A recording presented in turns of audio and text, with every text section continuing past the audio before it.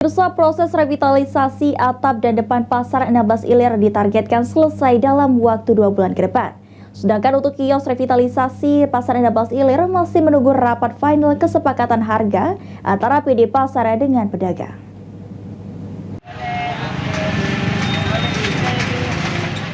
Ditemui dalam agenda rapat bersama Komisi 2 DPRD Kota Palembang, Ahmad Rizal selaku Dirut PD Pasar Palembang Jaya mengatakan, jika proses revitalisasi pasar 16 Ilir saat ini masih pada tahap pembangunan atap dan depan bagian Sungai Musi. Ditargetkan proses ini akan selesai 1 hingga 2 bulan ke depan.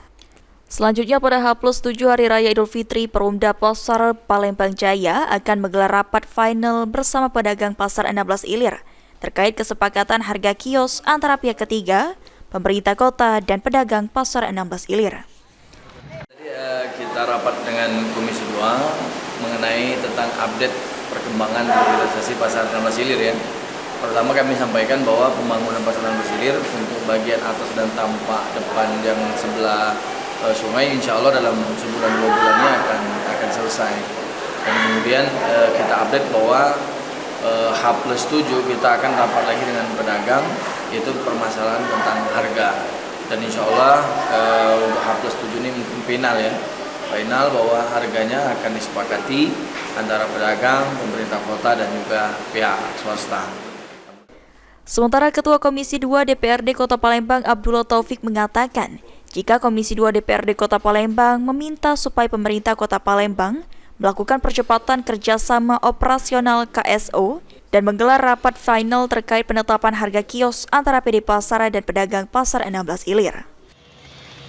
Mungkin dari hasil rapat ini kami dari Komisi 2 itu ada 3 poin tadi yang kami sampaikan. Yang pertama kami meminta percepatan bagi pemerintah Kota Palembang terkait dengan KSO ini progresnya harus dipercepat. Yang kedua tadi kami dapat informasi mengenai ada rapat yang terakhir itu terkait dengan permasalahan harga, yaitu dari pihak pedagang akan menggunakan KJPP sendiri. Sebelumnya, penawaran kios yang diajukan PD Pasar kepada pedagang pasar 16 Ilir seharga 316 juta per kios, dengan pembayaran bertahap menggunakan sistem KPR yang akan di-backup pihak bank. Eki Saputra, Pol TV.